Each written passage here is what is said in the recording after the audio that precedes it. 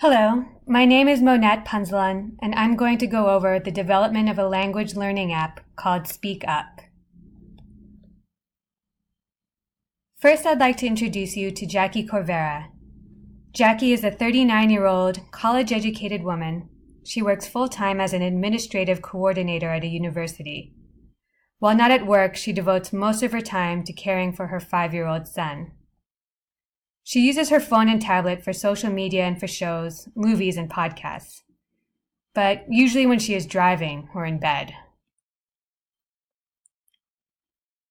Learning a language could be helpful for her job, for when Jackie interacts with foreign students and teachers, so she'd want to be able to pronounce everything correctly. But really, she'd probably use an app like this to brush up on a language she took in school or in preparation for a vacation trip. She has limited time for apps, but would feel better using one that is educational, one that she could play with her son, and that might get her to stop checking social media too often. So Jackie needs an app that is quick and game-like. She should also be able to pick and choose which topics to learn instead of a linear course that would feel like school. One of Jackie's simpler challenges to tackle is the time limit. I put in timers and term limits that Jackie can set. She can also jump around topics to skip what she may already know to go directly to terms that she wants to use. Another challenge is that Jackie doesn't want to embarrass herself by pronouncing things incorrectly. So there are a lot of opportunities to hear the phrases and to get her recorded pronunciations checked by the app. There are also tips on when to use formal and informal versions. But I think the most interesting challenge is that Jackie believes that only immersive experiences, where one is forced to speak, can enable one to become fluent in the language. So why would she use this app? I think presenting Speak Up as a virtual vacation adds a sense of fun and of something to look forward to.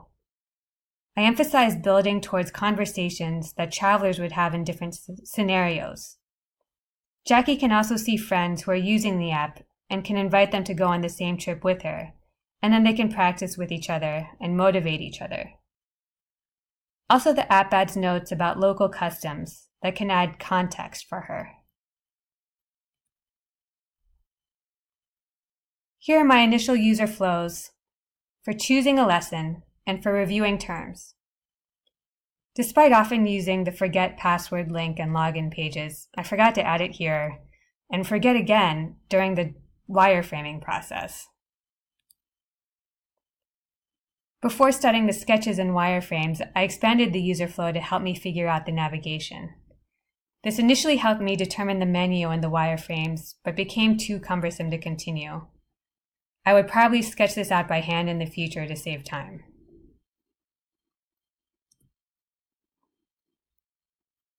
Here are my sketches and wireframes using the 6-8-5 method of creating 6 to 8 ideas in 5 minutes, 5 times.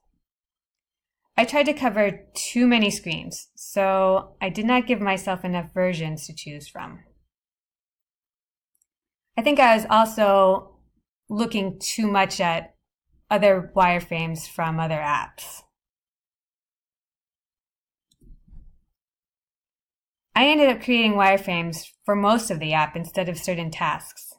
So the 5 tasks I chose to use in my usability tests loosely followed the 5 main functions of the app. First, I asked the user to sign up for an account to learn Italian. Then to take a lesson or scenario. Then to act as if they had taken several lessons and wanted to review terms. Then I asked them to look at their friend's progress and achievements. And finally, to have a conversation with a friend within the app. I quickly saw that users did not understand the meaning of any of the icons and would click on words that weren't links.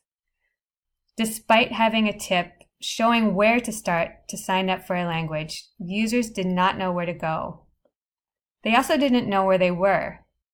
Once they got to the screen where they could see their friend's progress, they didn't know that they had already accomplished the task. I had counted too much on users being familiar with app conventions that I was familiar with. the one convention that they recognized, the dots in the message screen that you would see in messaging chats, made them anxious because they thought their friend was writing them back, and they wondered what was taking so long. In the following iterations of the prototype, I added instructions and labels to the icons and used more buttons instead of just text. I highlighted where they were to give them a sense of placement. I added a tour to review the app, but then added too much information that the users got lost in, and they ended up not retaining any of the information. So in another iteration, I made the tour simpler and tried to differentiate it from the rest of the app. I also highlighted which friends were online so they could try to have more real-time conversations without waiting so long.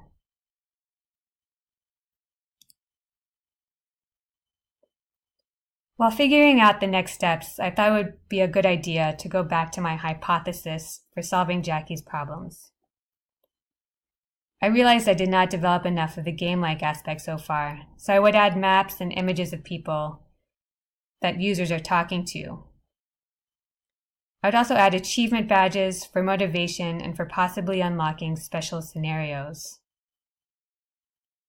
I think I'd also try to add tips for first-time users in place of or in addition to the tour. During the test, users would try to click on the sections of the tour tips pointed to, not realizing they were in the tour.